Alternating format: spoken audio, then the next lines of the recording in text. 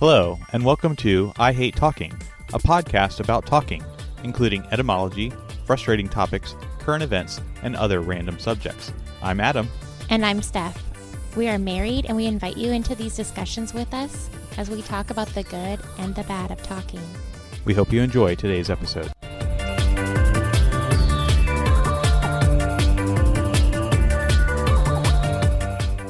Welcome to episode 7 of I Hate Talking. And today we are going to be talking about narrative versus reasoning, which is something that we got into again in some previous episodes. So we are once again building on some of the themes that we have discussed previously. And that brings us to our word or phrase of the episode, narrative. A spoken or written account of connected events. In other words, a story. It can also mean something that is narrated. This could even include short stories, novels, biographies, memoirs, travelogues, nonfiction, plays, history, and even sculptures. That's what it says. Can you tell a story through a sculpture? Yeah, I guess when you go to an art museum, you can definitely see stories or thoughts based on what you're looking at. So I suppose so. But thanks, Merriam-Webster. Didn't think about it that way. Yeah, I think in Rome or some of the Grecian artwork that you will even have some of those reliefs, as they are called, that depict the story that may even be the same sculpted character in different scenarios or shown in their lifetime as time progresses. And that does also relate back to the simplest form of story, pictographs. Is that our new word of the day? Pictographs is not our word or phrase of the episode, but we have many more episodes ahead of us. So perhaps we'll hang in there, guys. Hang in there. Stay tuned. I will learn along with you. But it does seem that regardless of your age, that people always enjoy looking at stories that include pictures. Mm-hmm. So there you have it.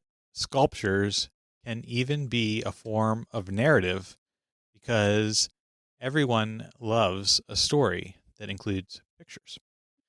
So when we consider how narrative plays a part in conversation and whether you enjoy talking about narrative or you hate talking about narrative, that the counter to that perhaps is reasoning or knowledge or just plain simple facts.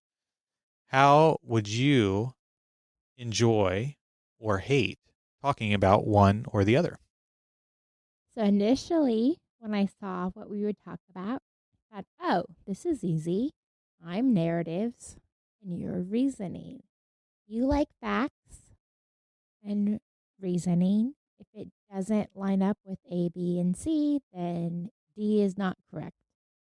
And I like hearing people's stories, like tell me about your birth and then your childhood and what was elementary school like and so on. So I guess the biggest question at this moment I have for you is, do you enjoy when you would go to art museums? Would you find beauty or story or appreciation in a sculpture or photo? I do find joy and passion and a sense of sympathy, perhaps even empathy, in some of that artwork, if it is reflective of the human condition in a general sense of the word.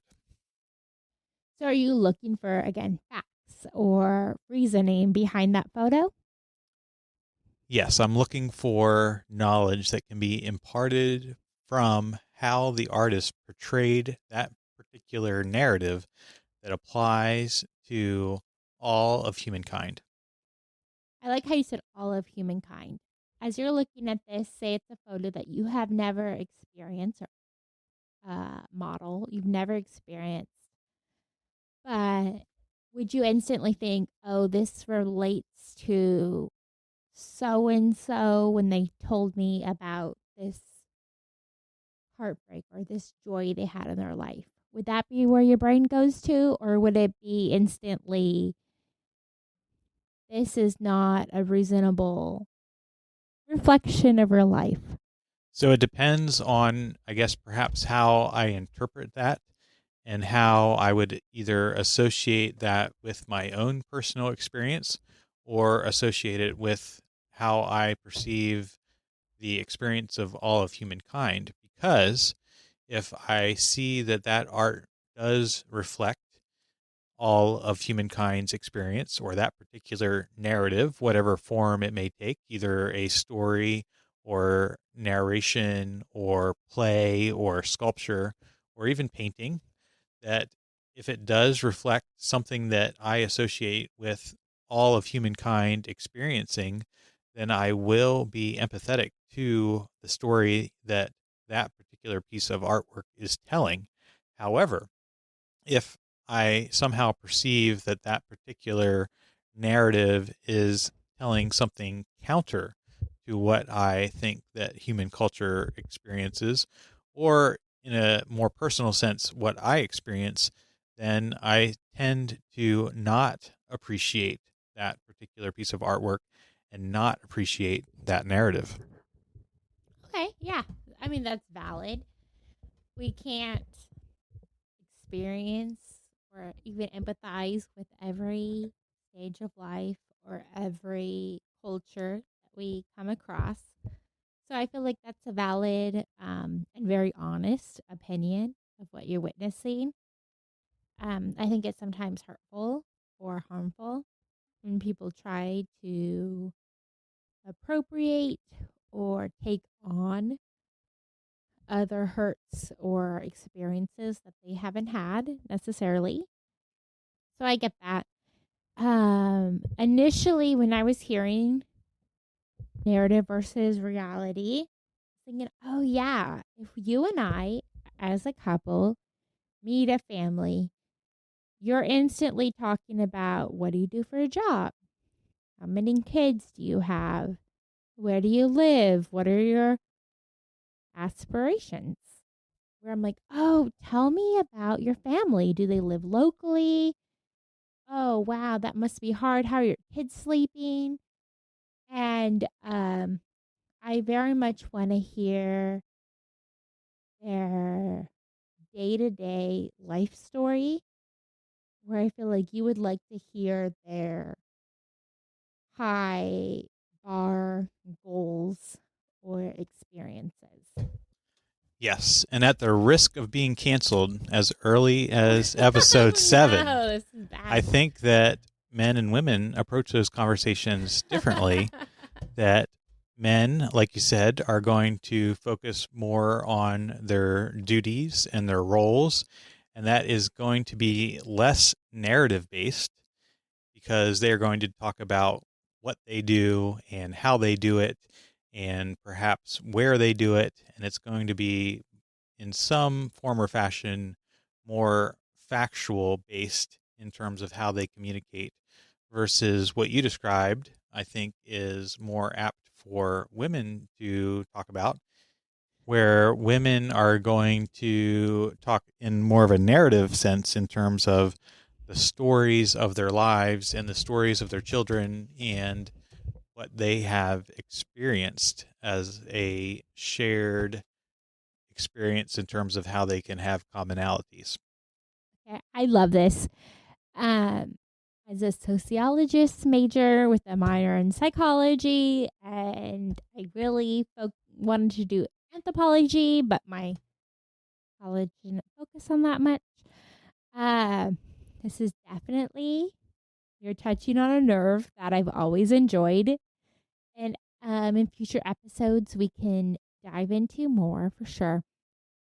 But as you're talking about, joking about being canceled and the gender roles, it's so interesting to me because in junior high and high school, the home structure I grew up in, there at one time were 5 teenage boys and me and the one little girl in the household, plus adults. And so I pushed back on that so much because I feel like my whole life I was struggling with pushing back on being the one female within 5 other male voices. But as a whole, I would agree with you on that. But instantly, I want to push back because I want to argue that with my personality. I have compassion and care about people's stories. So I want to think more on why I want to push back on that, whether it's the culture I grew up in and the 5 teenage males I grew up with, or if there is truth to what you're saying. And I think it's interesting, right? And hopefully a little bit self-insightful that I am basing my interpretation of reality on my own personal experience as a man, but that the fact that I resonate more with male authors versus female authors in terms of how they write books and structure their vocabulary and either use narrative or do not use narrative, that Mm-hmm. I'm using my own personal narrative to come to those conclusions that perhaps I will be more ready to hear and agree with someone that uses more reasoning and factual based language rather than narrative. And that is in some way related to their gender. Okay, everyone, can we just give a slow clap or a moment to recognize what Adam just said? There was a moment recently where him and I are listening to an audiobook of an author on parenting. And again, we have 4 very small young children.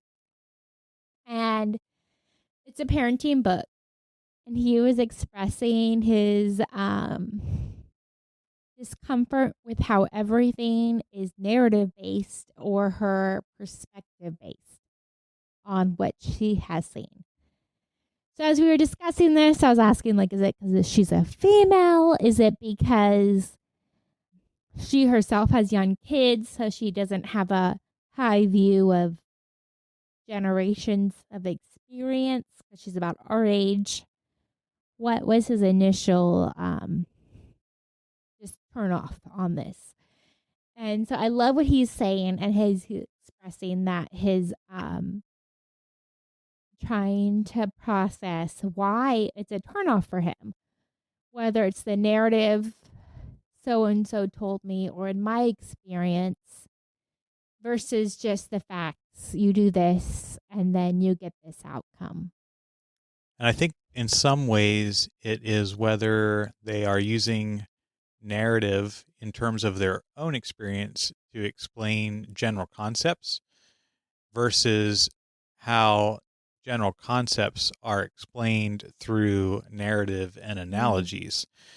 One, it's very nuanced, but Mm-hmm. the narrative as the starting point takes one person's experience and story and tries to explain all of humankind's experience through that single story. Whereas I will be more apt to agree and interpret and empathize with a description of all of humankind's experience that is then boiled down to a particular analogy or narrative. Mm-hmm. Yeah, I think that's excellent. Like, just taking us as an example, broad view, when you think about our high school experience, I grew up in a home on the West Coast that had, like I said a few months ago, 5 males within the age of like 17 to 13. And then I was in that mix. And then we had a little girl also. And that was my high school experience, all in one home, one bathroom. Where you grew up in a home with your high school experience with you, and then a younger junior high, elementary, maybe 6 years younger, right? Female. So it's the two of you versus my experience being 7 of us, 5 males and 2 females. And so our narratives, our experience of high school is vastly different. I went to public school. You were homeschooled. And in itself would give a vast, my graduating class was over 1,000. Yours was? So my graduating class was, I think, actually 8 people. Ooh, woo, big numbers there. Sorry to count it low. So I was over 1,000 and you had 8. And so in a way, our narratives of explaining high school would be vastly different. That is true. And I think it even goes back earlier than that in terms of the narratives that we consumed as children. And I think back to one of the popular series that I read as a child, The Hardy Boys, which I was quite surprised to learn later in my middle and high school years that a number of those books were actually written by a woman. Oh, I actually didn't even know that. We are reading those currently with our children right now.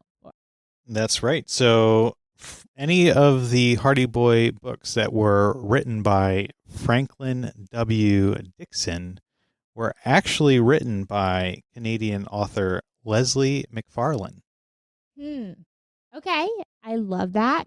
And I will 100% start telling my children that. Before I go into that, side note, for any of the listeners that don't know, we've mentioned our children before. We have 4 young children that are all male, and they really resonate with the Hardy Boys. I will definitely tell them that some of these books are written by females because I champion myself as a female, as the only female in our household. Even our dog is a boy. We have some chickens that are hens, but that is the only female estrogen that I get. So I think that when we consider all the different narratives that we have consumed throughout our lives, from very young children all the way until our current days as middle-aged adults, or even getting as old as some of the people from the Brady Bunch. Oh, no. Okay, so what he's commenting is I showed him a meme that had the maid Alice from the Brady Bunch. And it said, if you see her and you're born within such and such time, you're as old as Alice is from the Brady Bunch. And that is us. So all the but way. Do I look like Alice? No, through the power of modern day hair coloring, you do not. Or just beauty, natural beauty? Natural beauty. Oh, no. Okay. So all the way from birth to the age of Alice from the Brady Bunch, we have experienced these different narratives throughout our lives.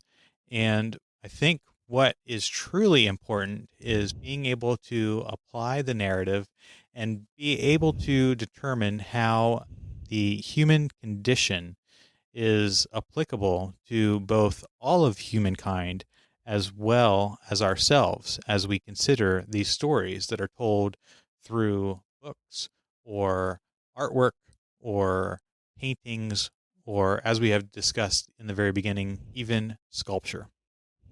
So before we end this episode, I think we will ask one more question about something that came up in the very first few minutes of this episode is, remembering your birth. So when you mentioned that, do you actually remember being born? No. I want to hear your conversation because we've talked about this in years past. My earliest memory, I know my birth from my parents' stories. They have amazing birth stories. I was their third child out of 5 born. Um, yeah, we can get into that in the future. I know their story. My earliest memory was my younger sister, so they'd be their 6th birth, was born. That was when my memories begin. So I certainly do not remember being born. I do not have the memory of Ashton Kutcher in the butterfly effect. But I do, I think, remember earlier times than what you are describing. I certainly remember my sister being born, and she was 5 years younger than me. And even previously to that, I remember a birthday party at the house that we lived at prior to her being born that must have been either my 4th birthday party or perhaps my 5th birthday party. And that was apparently a very significant event in my life that I still remember to this very day. I love that. And this is definitely a conversation we should have later because my first vivid memory is solidified in my head. And I'd love to talk to you about different memories. My brother, so your brother in law, we love him dearly. I love my sister in law more than life itself. His wife who just had their baby 2 weeks ago. Happy birthday. And I can't wait in the future to see who he becomes and all his older siblings. My heart warms seeing them hold him and kiss him and knowing that in 40 years they'll look back and probably not remember these moments that we're talking about. Or perhaps they will, because perhaps the most significant moments in our lives are when we do interact with our families and gain new family members and have those significant events that are recognized by society. As we have seen and discussed from this particular episode in terms of narrative and reasoning, it is all important, though sometimes we may hate talking about particular stories, but we have to remember that it is only through talking that we begin the journey to understanding.